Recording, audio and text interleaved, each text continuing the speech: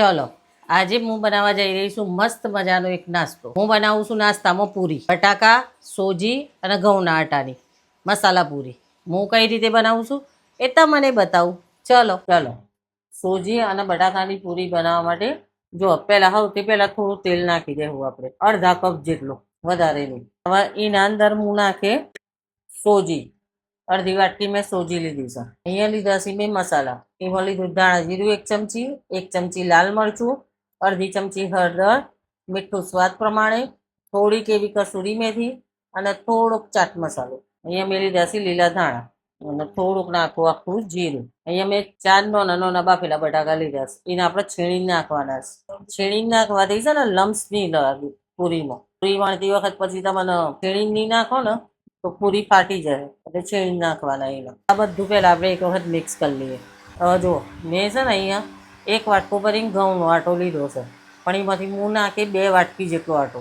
હવે ઓના હંગાથી પહેલાં મિક્સ કરી લઈએ. પછી આપણને જરૂર લાગે ને તો થોડું પાણી નાખીને આટો મસળી લેવાનો. હવે જોઈ લો, મેં આટો લીધો હતો ને એમાંથી આટલો આટો મેં બચાવી દીધો છે અને હજી સુધી મેં પાણી નહીં નાખ્યું અંદર. તો એ તમે આટો જુઓ, મુઠ્ઠી બંધ કરીએ ને આપણે તો આટો મસળાય છે. હવે થોડું પાણી નાખીને ને આપણે જે રીતે આટો મસળીએ છે ને બસ એવી રીતે આટો મસળી દેવાનો.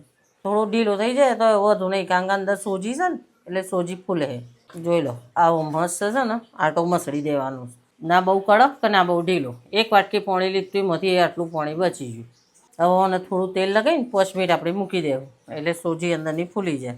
જોઈ લો, મેં આવી રીતે છે ને એની લોહી બને મૂકી દીધી હતી. હવે 10 મિનિટ જેવું થઈ ગયું છે અને આપણે તેલે ગરમ મૂકી દીધું છે. તેલ ગરમ થાય ને તો ઉદય પૂરી વણી લઈએ. મેં અહીંયા થોડું કોરો કાંટો લગાવ્યો છે. તમે લગાવો એટલે લગાવજો, ના લગાવો થોડું તેલ લગાવી દેજો. આવી રીતે વણી નાખીશ અમે અને તેલ આપણું ગરમ થઈ ગયું છે.